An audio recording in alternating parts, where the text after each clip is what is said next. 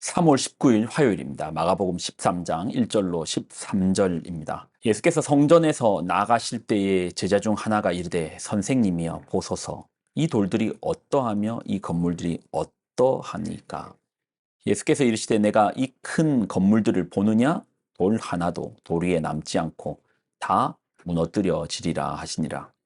예수께서 감난산에서 성전을 마주 대하여 앉으셨을 때에 베드로와 야고보와 요한과 안드레가 조용히 묻되 우리에게 이르소서 어느 때에 이런 일이 있겠사오며 이 모든 일이 이루어지려 할 때에 무슨 징조가 있사오리이까.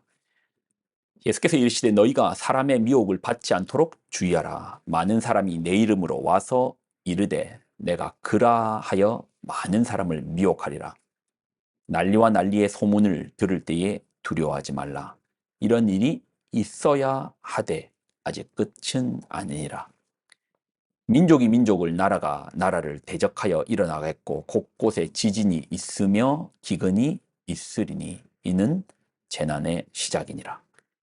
너희는 스스로 조심하라.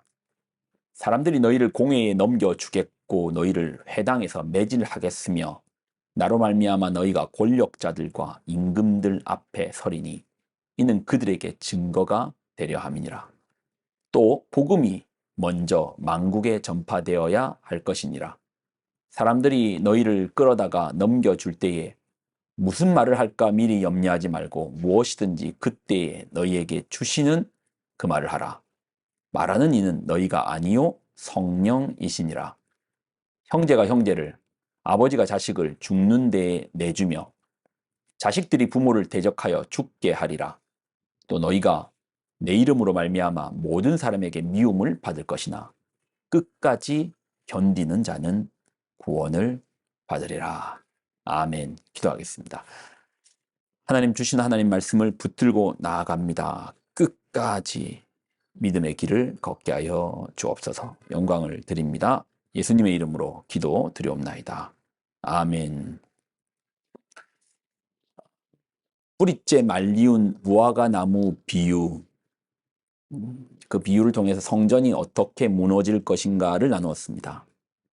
은혜가 없는 성전, 돈의 혈안이 되어서 정작 성전에 가득해야 될 하나님의 은혜, 파괴가 없는, 무화과가 없는 성전을 향해서 하나님은 뿌리째 말리울 것이다. 실제로 서기 70년 로마 장군 티투스에 의해서 성전이 무너지는데 이렇게 무너집니다. 2절처럼 예수께서 이르시되 내가 이 큰 건물들을 보느냐 돌 하나도 돌 위에 남지 않고 다 무너뜨려지리라 하시니라. 돌 위에 돌 하나 남지 않고 뿌리째 성전의 기둥에 뿌리째 뽑히어 무너집니다. 성전에 가득하였던 금이 화공에 의해서 녹아서 기둥을 타고 흘러내려가니 돌의 기초석까지 다 파헤쳐 그 금을 찾느냐. 그들이 그렇게 소중히 여겼던 금 때문에 성전이 뿌리째 뽑혀버립니다. 이렇게 무너질 것이라고, 돌 하나도 돌 위에 남지 않고 무너지리라 예수님께서 경고하십니다. 그러니 여러분, 우리 눈에 보이는 것만을 크게 봐서는 안 됩니다. 눈에는 크게 보이는데 뿌리째 뽑힐 수 있습니다. 돌 위에 돌 하나 남지 않고 다 무너질 수 있습니다. 계시록을 보면 바벨론이 무너집니다. 큰 성 바벨론이 결국 이제 우리가 사는 세상인데 무너집니다. 여러분, 이 세상 얼마나 거대합니까?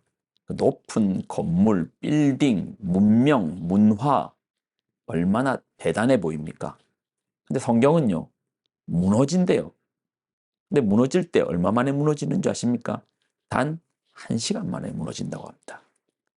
아무리 화려하고 대단해 보여도 저거 1시간, 하나님 작정하면 1시간 만에 무너뜨려 주시는 거예요. 그러니 보이는 것 너무 화려하게 마음을 빼앗기지 맙시다. 제자들이 묻습니다. 언제 이런 일이 있겠습니까? 제자들의 질문 속에는 성전이 언제 무너질 것인가를 물었죠. 근데 예수님의 답변에는 성전의 무너짐을 말하는 것이 아닙니다. 마지막 때, 종말의 때를 답해 주십니다. 그러니까 제자들의 질문은 성전이 무너지는 때를 말했는데 예수님의 답변은 성전에 무너지는 때가 아니고 종말의 때를 말씀하신 거예요. 여러분 기억하십시오. 세상의 마침에는, 종말에는 뭐가 있다? 심판이 있다라는 겁니다. 그리고 이 심판전에는 징조가 있다랍니다. 자, 5절로 6절. 예수께서 이르시되 너희가 사람의 미혹을 받지 않도록 주의하라.